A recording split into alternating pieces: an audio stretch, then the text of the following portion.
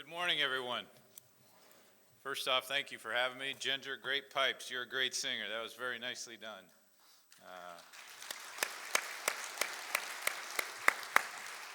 Thank you.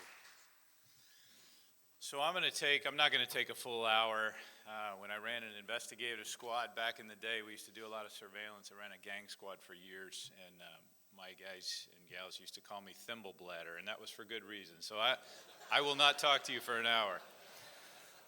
But I do want to spend a few minutes talking to you about the FBI and about our current status, but also I want to touch on intelligence. I want to touch a little bit on terrorism, and then I'm going to talk to you about cyber crimes a bit.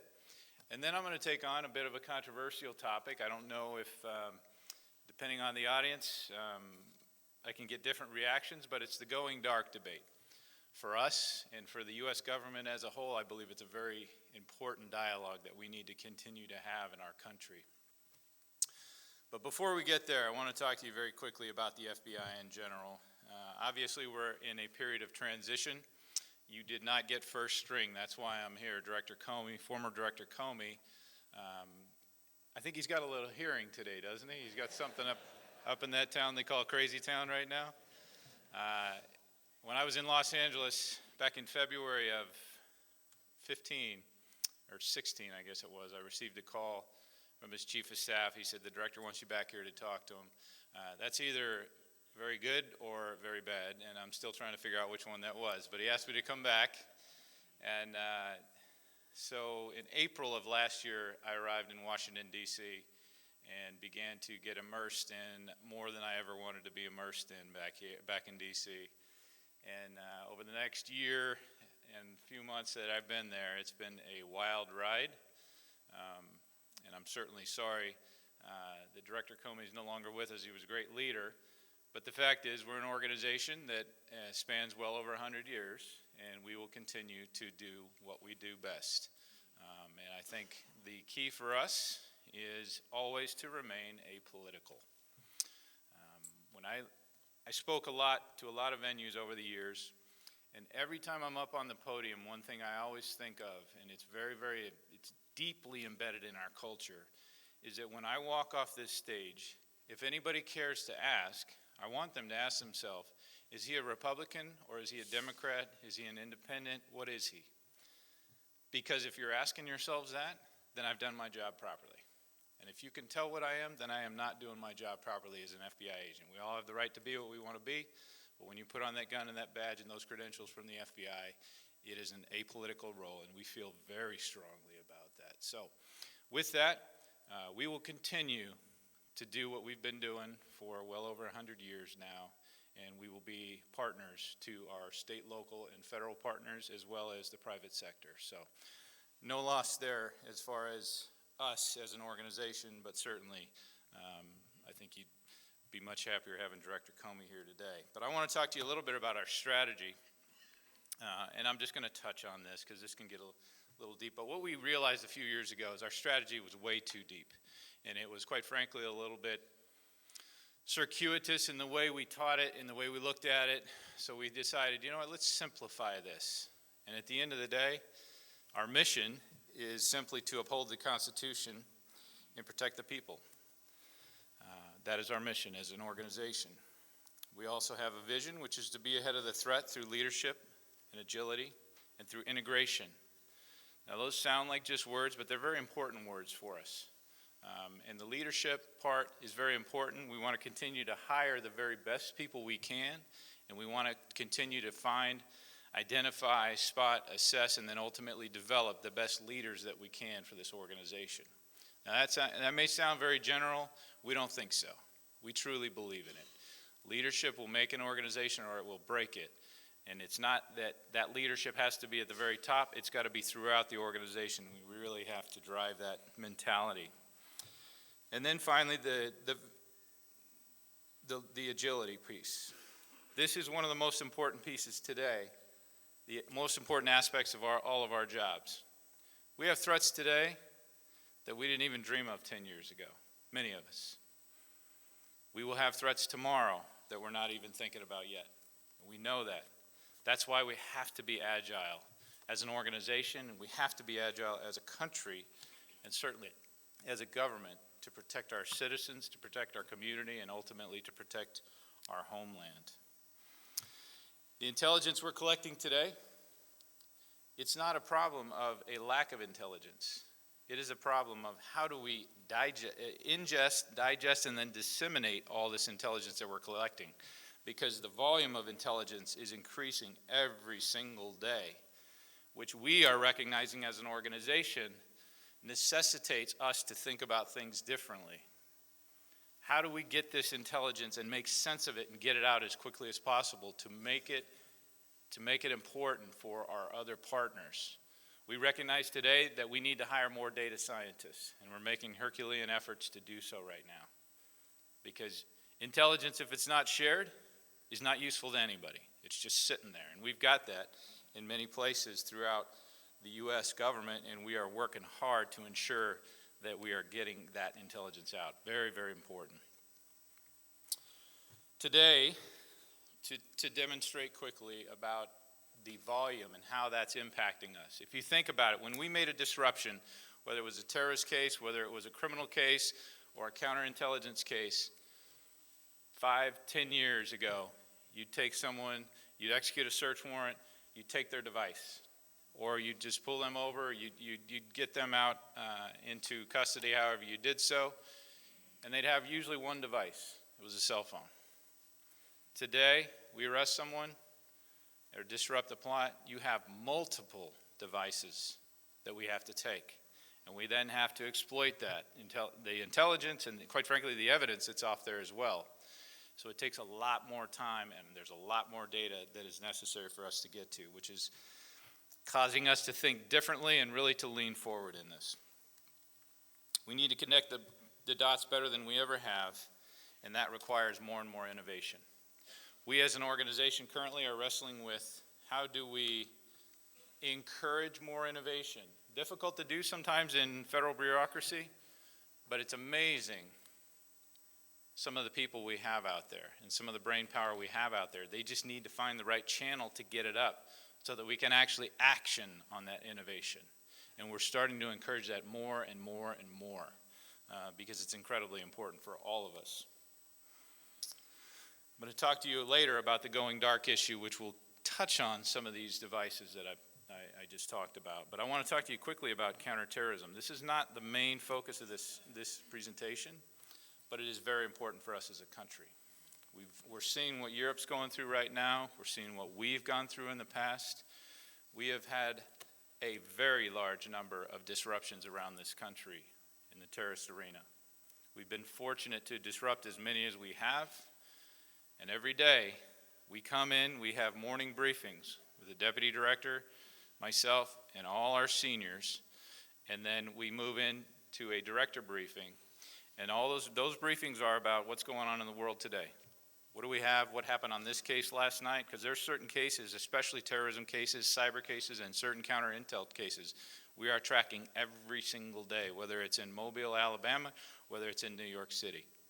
Because it's that important, and sometimes the flash to bang, as we call it, can happen like that. So we know it's very important for all of us to be engaged, particularly on those threats that impact the homeland the greatest. I'm going to talk to you about Isil. As you know, Isil they're down overseas, and that's due in a large part to the efforts of our military overseas. They have hit them hard. They are continuing to hit them. And fortunately, they are down, but they are a long way from being out. And I never want to celebrate until they're completely gone. And we're a long way from that. Now, that said, what I will tell you is that they have been highly, highly effective for many, many reasons. With misguided youth, disenchanted and disenfranchised youth, and quite frankly, the committed, and sometimes the mentally ill. They've been very adept at recruiting them, assessing them, and then ultimately spurring them into action. We have what we call inspired attacks versus directed attacks. What you're seeing in Europe a lot of times is directed attacks. We've been more fortunate in that we don't have as many of those, but we certainly have had a lot of inspired attacks here. What's the difference? The difference is simply through the advent of social media, through the use of social media, ISIS has produced some very, very professional videos that appeal to those groups that I just talked to you about, those troubled souls out there. And it appeals to them. Sometimes it's hyper violent. And you think, how can this appeal to anyone? To watch them literally decapitate multiple people. To watch them line people up on the seashore. Line these Coptic Christians up and decapitate them all. How can that appeal to people? But it does. To those misguided people and to those committed to individual, sometimes, and group violent jihad. They have been more adept than Al-Qaeda was with social media. Al-Qaeda is also down, but they are certainly not out. Al-Qaeda continues to have plans and intent, certainly intent and aspirations to strike the homeland, to strike Europe. We constantly have to keep our eye focused on the Al-Qaeda plots. Now, for a long time, Al-Qaeda plots were big, grand plots, similar to what happened in 2001. Today, we're seeing a different mentality. They are seeing the success that ISIS is having with these small-scale, easily acquired weapons that are used in these quick-hit attacks. And they're beginning to gravitate towards, hey, this is a good idea, and this is something that we can do. And it doesn't have to have 260 connections to it worldwide necessarily. We're always looking for those, but they're also trying to inspire people to act in their homeland, to use a vehicle or easily acquired weapons, be it knives, guns, clubs, whatever, to go out and attack our citizens. This is not something to play with. In our state and local law enforcement partners, most of them are very attuned to this, and we connect with them on a very regular basis to ensure that we're protecting our citizens, because someone driving a vehicle through a parade is incredibly dangerous. We know this, and our law enforcement partners have been incredibly helpful in this. To contrast back to ISIS, one of the biggest challenges, a couple of the challenges we have is there's no one profile of these folks that are spurred to action. Whether that action is to go over to Syria and fight, or whether that action is to conduct that attack right here in the U.S. homeland. Their profiles are all over the place, quite frankly. They're usually younger. They are usually male, but not always. And they're very committed, many of them. So what that's necessitated is that we've always been pretty good at the disruption aspect of our job. What it's necessitating more and more is that we go back and do a post-mortem and we try to figure out, how did this person acquire that cancer that infected them, that caused them to want to do this individual, very violent jihadi act? And that's something that we recognize the need more and more. Was it spread through a human network? Was it spread through a social media network, or was it spread through both? And quite frankly, a lot of times it's both, but social media is an incredibly challenging aspect of that fight for us.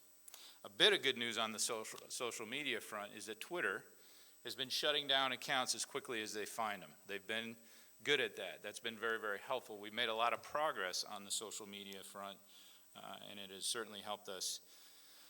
Another bit of news, and I don't want to say good news because this can change very quickly, is about 2 to 3 years ago, we had an increased pace between what we call flash to bang. So that's essentially when someone becomes fully radicalized, they begin to move on a spectrum, oftentimes, towards mobilization.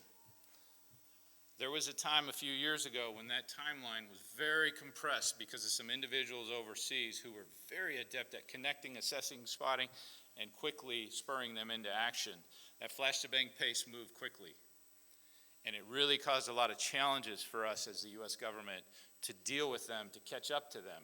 Quite frankly, sometimes we had surveillance teams sitting outside an apartment where you had a 16-year-old kid who was in there on social media saying some unbelievable things. Now there's a concept we call a keyboard jihadi. That's someone who's talking. They're talking about very radical rhetoric.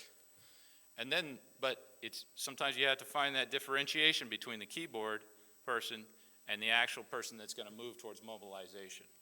Lately, fortunately, we have seen that flash-to-bang pace decrease rather. It's taking more time to move from one to the other. That is to our benefit, but again, I hesitate to celebrate those things because that can change in a matter of months through a new network that can come out of Syria or other parts of the Middle East right now. Our foreign fighters. A foreign fighter is simply someone who is radicalized and then moves towards mobilization. These are folks from the West, Western foreign fighters, who will fly over and they will oftentimes join a designated terrorist organization overseas. That number 2 years ago was an incredibly high number by our standards. It was a very high number in Europe and throughout other parts of the world, Southeast Asia included. Today, that number has shrunk some, which is good. The way the law works in that is if someone goes over and fights and we don't get them before they get there, remember, many of them get killed over there, but some will try to return to Western countries. Some will try to return to the U.S. If we can prove that they fought with a designated terrorist organization, we can arrest them, charge them, and ultimately work with the U.S. Attorney's Office to get them prosecuted. If we cannot prove that, now we have a battle-hardened, trained, former combat fighter in our midst. And now we've got to deal with them for a long, long time until we can build a case. That's very concerning to us. I heard the analogy that former Director Comey used, which is as we squeeze Syria, you're going to have things coming out between the fingers, and that's going to disperse. It's a very good analogy because you will see that. We're not going to be able to get them all, but we're certainly, through our efforts of DOD and our military, we're certainly making great progress and will continue to make great progress overseas. But it will continue to cause challenges in the homeland. Homegrown violent extremists, they're listening to a message today of attack where you are. They're difficult to identify. What we just saw on the London Bridge, how much planning do you think that took? Wouldn't take much to do that attack. This is the kind of thing we're looking for, both sophisticated, high-level attacks, but also those quick attacks where someone's inspired to act. The cyber threats.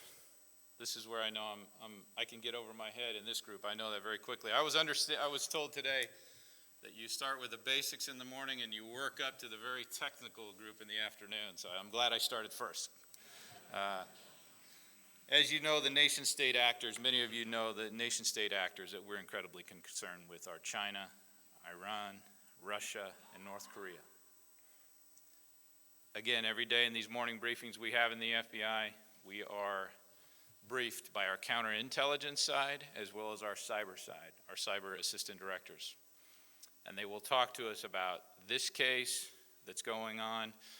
Sometimes the ransomware that's out there, it's so bad it makes me want to cry. Anybody get that? All right. Yesterday, I was talking to our field office in Birmingham, and about half of them got it, and half of them looked at me like, I'm not getting that, so, all right, I'm done with it. I used it twice now. It's over. But anyway, we're worried about those three nation-state actors. We're also concerned with our crime syndicates, our organized crime syndicates overseas in particular on this, and our hacktivists. These organized crime syndicates are becoming more and more complex, as many of you know. I just got briefed by our public-private sector folks in Washington, and we have our private sector relationships with our major companies divided into sectors. They recently did a poll to our financial sector, just one sector, and asked them what they were most concerned about. We were surprised with the results. The results that came back was their greatest concern was terrorism. Now, I don't know how they're looking at it, but I know many of these banks know as well as anybody the risk in cyber crimes. But I think it shows more and more of a need for us to be fully lashed up with our private sector partners. Incredibly important today, more than ever. These hacktivists, some are political, some are philosophical, others steal to embarrass or expose. We all know who they are and what they are. They're obviously as dangerous and concerning as some, but our nation-state actors are really one of our greatest focuses. I was in Los Angeles. I had the counterterrorism side at the time, but when the Sony attack occurred, was a little bit involved in that, but that was a very interesting attack. What that attack did was it really woke up a lot of folks, and it was truly an attack on free speech. We recognized that because of a movie that was made, you had a nation-state actor write some very complicated code that ultimately led to an intrusion, which could have almost, if the company didn't handle that the way they did, and they handled it very well, it could have led to a significant downfall. Sony did a tremendous job on that. They got us involved early. We actually deployed a team out there to work with their security department. But they had to make decisions worldwide on some computer operations. They had to make some decisions within 15 to 30 minutes. What that also told me was the importance of exercises on the cyber front. It's very, very important that we are exercising just like we would a terrorist operation, just like we would a criminal takeover. We need to do that more and more on the cyber side with our corporations. Because had they not had adept, astute, both executives, general counsel, and certainly a security department, they would have gotten hurt worse. And that really woke a lot of us up. Today, we will take some of the folks from Sony, their security director, often into some of the venues with some of our private sector partners and have them essentially provide a testimonial as to what they did, why they did it, and how it turned out. And that's been quite helpful. We have found that the general counsels, a lot of times, are the folks in these private sectors you've got to get a hold of, because they're the gatekeeper a lot of times to the decisions that will be made by the CEOs. So it's very, very important. We're having a lot of good dialogue with some of the CEOs throughout the country, and not the CEOs, but also the general counsels, rather, to ensure that everyone understands if you get compromised, if you get you have a major intrusion, we need to be involved immediately, because we're losing data every day, every minute, really, and the impact can be much greater if we don't get involved immediately. I was very surprised by one major company, and maybe this was just my naivety. One major company executive, we have a tremendous relationship with him, but he said, look, my lawyers are very concerned that if we bring you in early, you're going to go beyond the scope of your investigation. That actually surprised me, but it also told me we need more and more and more dialogue with the private sector. Because I said, number one, we don't have the time, the resources, nor quite frankly the interest. We want to get in there, we want to mitigate and contain that threat, and then try to track it back. That's what we're focused on. Not everybody sees the government that way. What can we do? We can deter, be more predictive, and less reactive. The trends in cybercrime that we're seeing are a growth in size and sophistication. The proliferation of increasingly powerful hacking tools seems to be greater and greater every day. We have greater nation-state capability than ever today. You all know this. Many of you are highly educated in this field, and I know I'm hitting the wave tops, but I think it's important for us to constantly recognize that and constantly talk about that. The Internet of Things, I was told you had a fantastic presentation yesterday. I don't think I need to explain what that is here today, but we know this will be a tremendous challenge for us over the next 5 to 10 years, at least. We know this. An example is the dying DDoS attack, where devices were infected with the Mirai botnet. You all are probably familiar with that. Highly complex attack on an IoT. The ransomware is greater and greater every day. It seems like we're hearing more and more in our morning briefings and from our case agents throughout the country and finally throughout the world about some of the ransomware attacks that we're seeing. Incredibly adept and incredibly aggressive. So what do? We have a 5-part strategy on cybercrimes. First of all, that's to focus and deploy smarter. We are launching more and more investigators and analysts overseas that are highly technical with cyber skills. We're launching them into our offices overseas. We have over 80 offices overseas in the FBI. We're obviously usually joined up with the embassy, and sometimes we're joined up on the DoD spine throughout the world to work on crimes as well as intelligence matters with our partners.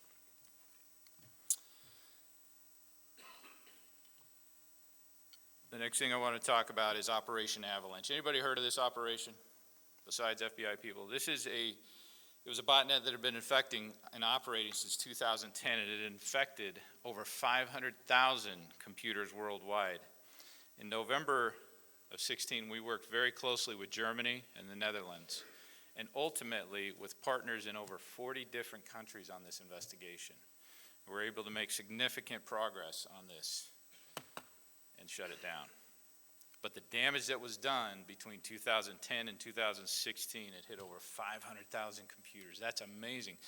But the number of countries that were worked with and that we had to collaborate with was unprecedented in that matter.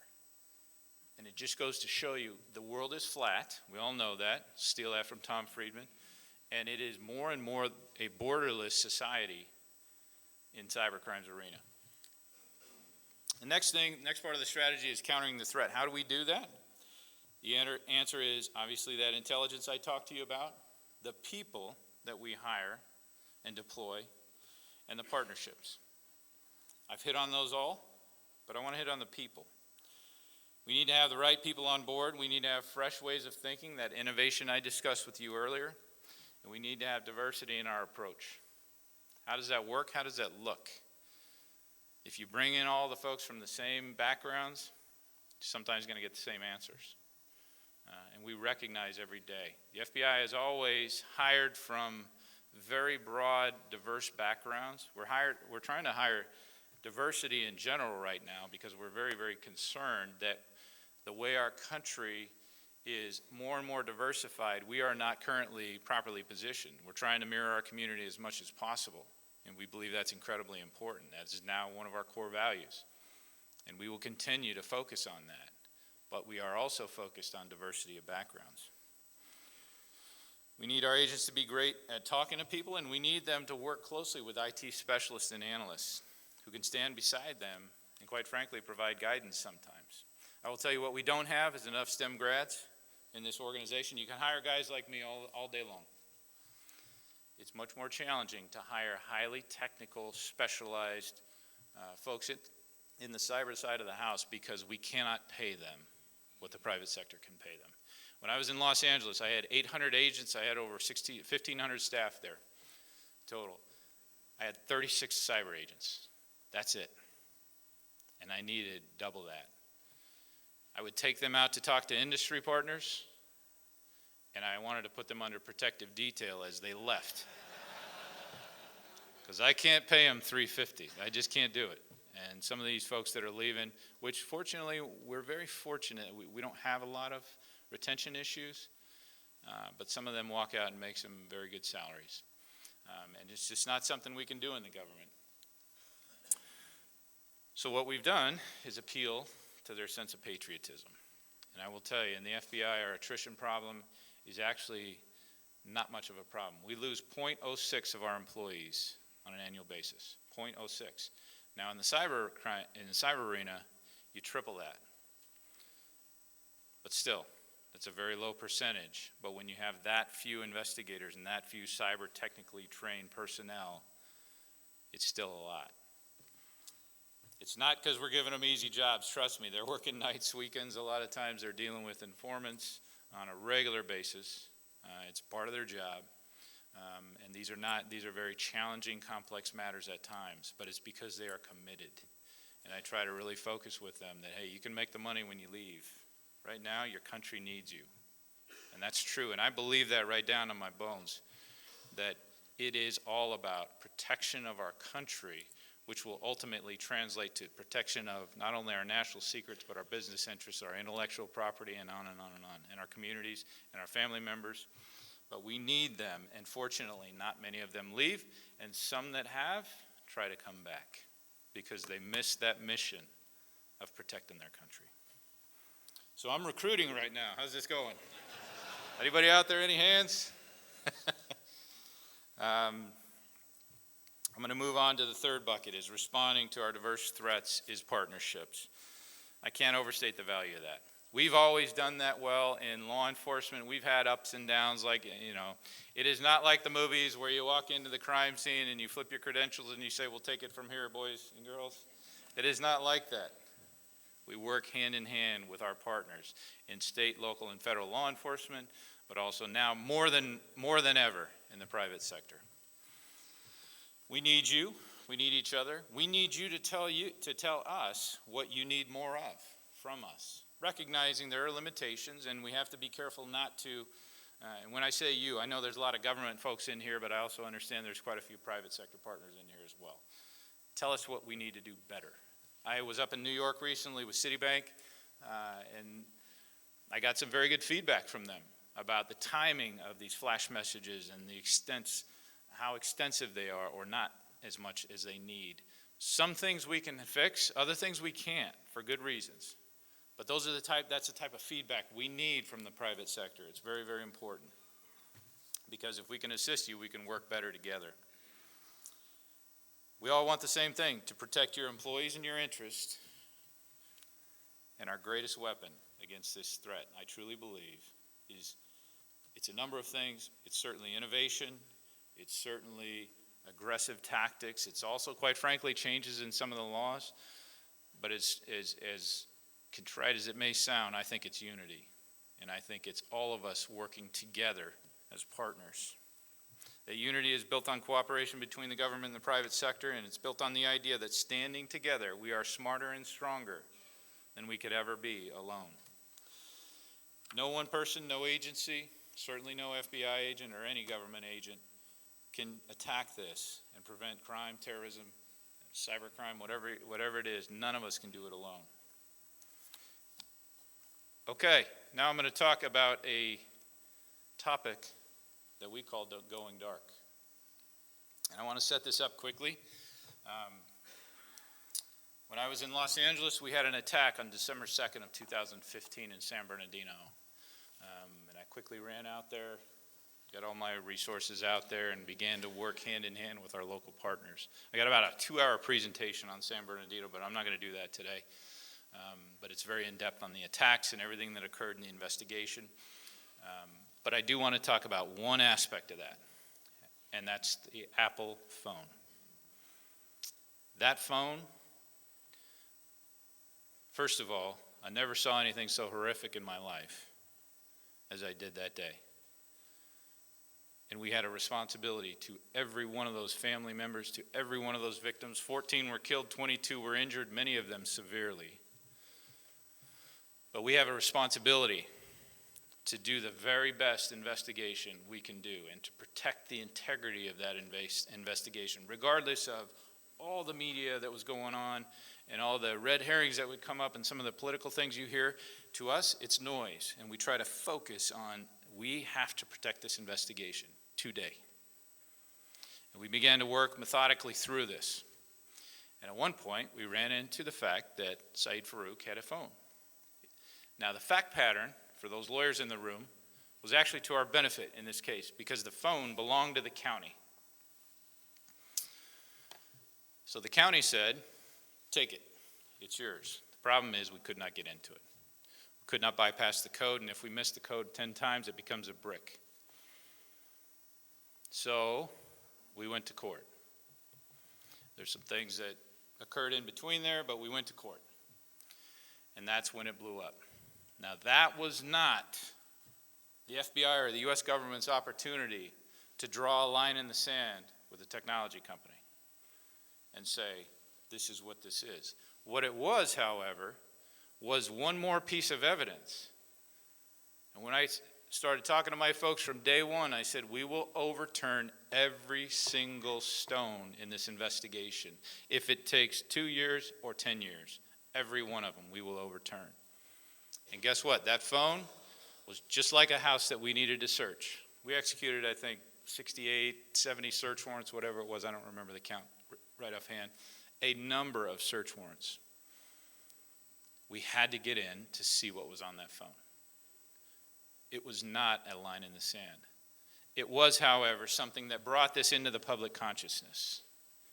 And it brought it into the conversations at the dinner table and in the living rooms across the country.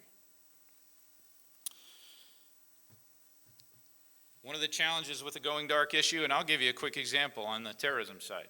This is very common. An ISIS recruiter will connect with one of those categories that I talked to you, misguided, truly committed, mentally ill. They will connect with these folks from overseas. And then they make this initial assessment, and then they will oftentimes push them onto an encrypted app. When they push these folks onto those encrypted apps, we're dark. We lose it. We don't know what's going on. That is a very dangerous thing for our country. Now, anytime I'm in any venue, I recognize this is one of those topics that can get people's ire up very quickly. We've got a few folks that can maybe rush me out the back door if it gets too bad in here, but I do believe in the importance of talking about this topic for our country. It is a big deal for us. And I'll demonstrate that. In October, between October and December of 2016, we have what's called the regional computer forensic labs throughout the country. That's where we intake devices and they exploit the data that's on those devices. These are oftentimes used in criminal cases, sometimes in terrorism cases.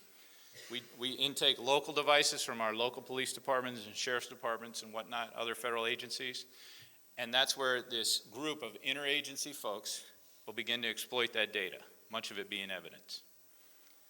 Between those 2 months that I talked, or between October and December of 16, we intook, this is part of our effort to scope the problem, we intook 2,800 devices throughout the country.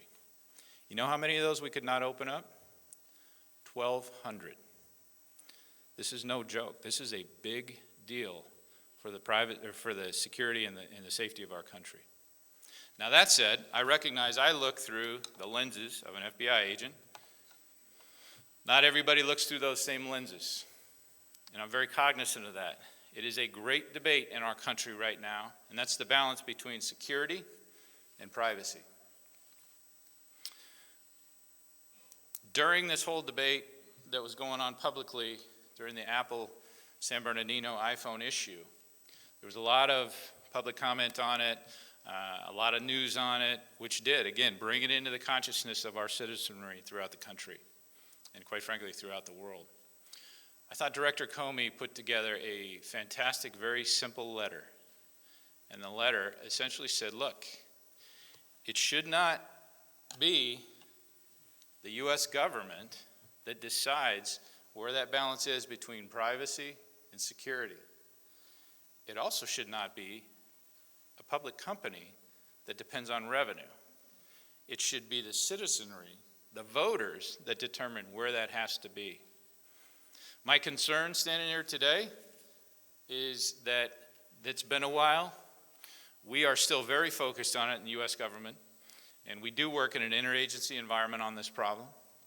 But my concern is it doesn't begin to get discussed at the dinner tables enough until we have another act, another major act where we have significant loss of life.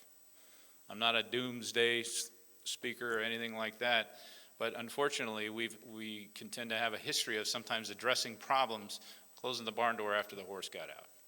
And that's my big concern on this going dark issue. So we are working as quickly as possible with our partners throughout the U.S. government to scope this, to let folks know how big is this problem, and to try to gather all that data.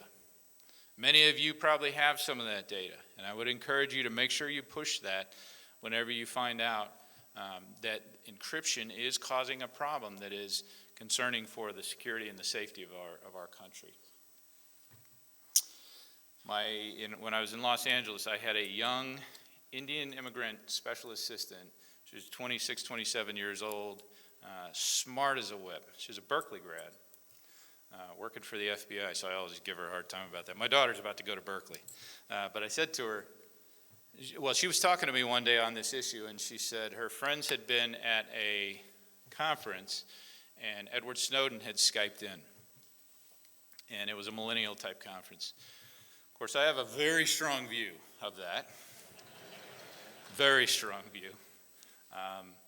And I said to her, I said, all right, I'm going to step back in my shoes and I want to learn from you. And I said, tell me, why does your generation, the millennials, why do you look at him as some folks do, which is a patriot? And she said, well, number one, I don't, because I see this side of it. And I said, okay, good, we're good then. But, no, I'm kidding. But she said something that was very simple, but very, very insightful to me that I will frequently talk about in speeches, because I never forgot it. She said, it's because my generation lives our lives online, so privacy is incredibly important to us. And I thought, you know what? She's got a good point on that. I still feel how I feel about him and about what he did. However, it is something that we have to think about consistently as a country and as voters, regardless of our age, regardless of our generation, is how do we collectively find a solution to this issue? There's no right or wrong decisions here. There is a balance, no doubt about it. But it's incredibly important for all of us. With that, I'm going to conclude. I think I hopefully didn't go even close to over. And then I'm going to open it up for questions. I'm going to be brave today and open it up for questions on a day like today, right? But I do want to, number one, thank you for having me here. And number two, I want to make sure that if I leave you with nothing else, the importance of conferences like this and the importance of shared discussions of some of these challenges that our country will continue to undergo, how important those are. And like I said earlier, many of us 20 years ago never saw these things coming, never saw these threats to our country, to our businesses, to our national security secrets. We saw always the same old techniques in many respects. Today, it's similar crimes, extortion, espionage, all these crimes that are being occurred, fraud, it's just different methods. But I think one of our challenges is to continue to think ahead and look above that horizon to say to ourselves, what's next? A good friend George Garcia here used to call it anticipatory analysis. What's next? That's where we sometimes fall down. We need to have those forward-leaning thinkers. So with that, thank you. And I'm going to open it up for questions. Any questions everybody has?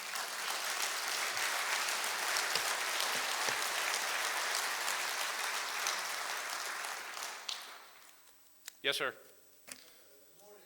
Good morning.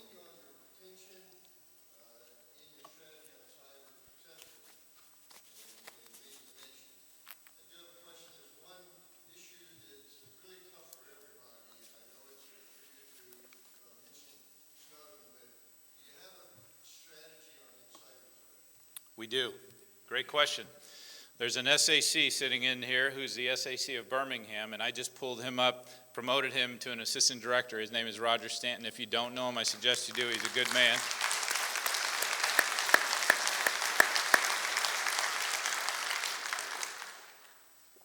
But now to answer your question, that is one of our greatest concerns as an organization.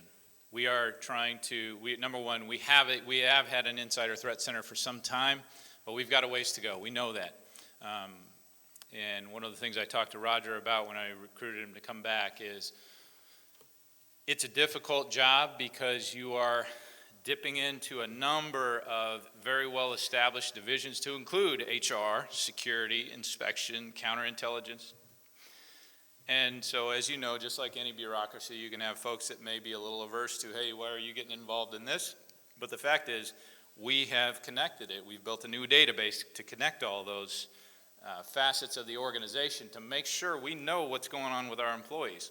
Now, the lawyers, as you know, sometimes they'll they get a little nervous. You start talking about some of the things you want to do on insider threat.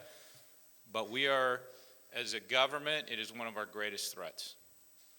Our strategy, I don't have a detailed strategy for you here. One of the things I've asked for Roger to do is develop a full-blown strategy to include, I want a lot more red teaming going on, and then I want the blue teams as well. That is incredibly important for our organization. We have 36,000 people worldwide, and all it takes is one to exfiltrate a whole lot of data.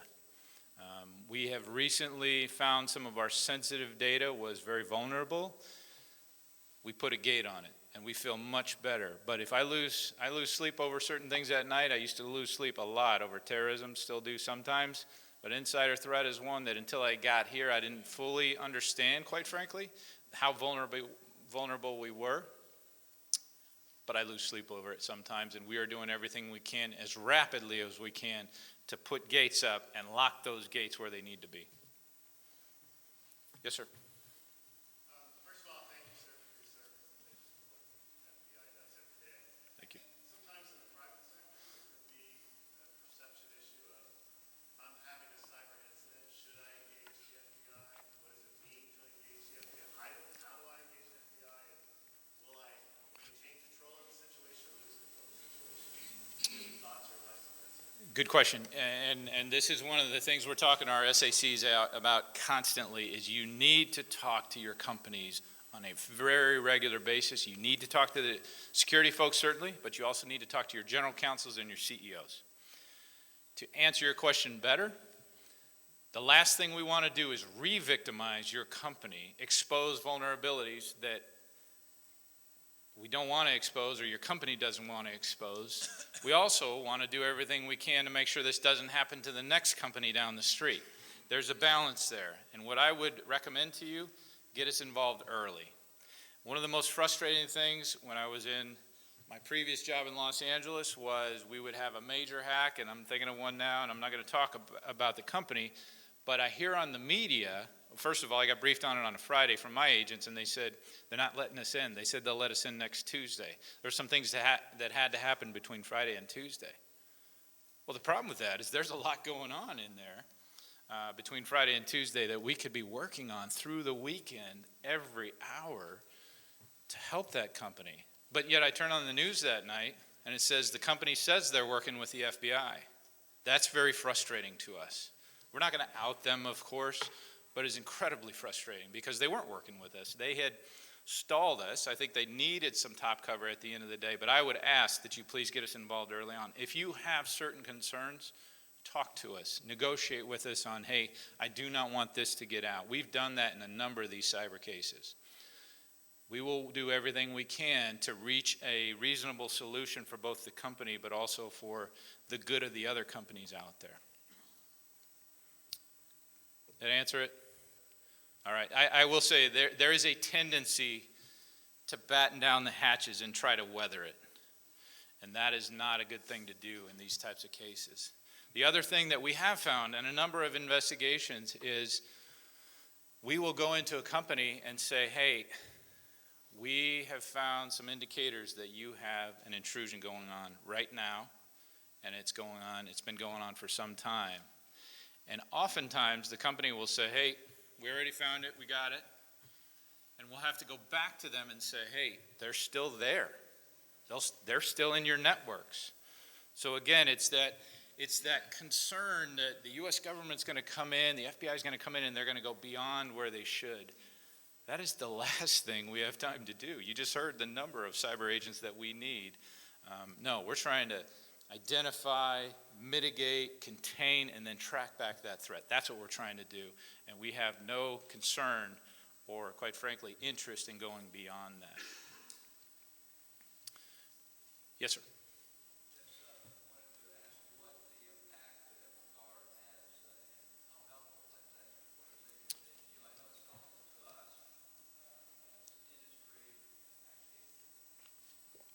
I think it's tremendous, and I think it's a great question to ask in this venue. Both InfoGuard and DSAC. InfoGuard has become its own brand, which I think is a good thing because it attracts a lot of our businesses, and we can share as much intelligence with those partners as we can. We can't give out the keys to the kingdom, and we try to explain when there's a reason we cannot give something out, some sort of an intelligence, but we give as much as we possibly can because our interest is in making sure we don't have to come to your company next month or next year. So it's a tremendous impact. There are tens of thousands of members throughout the country in InfoGuard right now. I'm a big believer in it, as well as DSAC. The DSAC is a smaller group, but also very, very effective. So I think there's a benefit in us connecting with each other. I think there's also a benefit in a shared common goal between the InfraGard partners. Other questions? Yes, sir.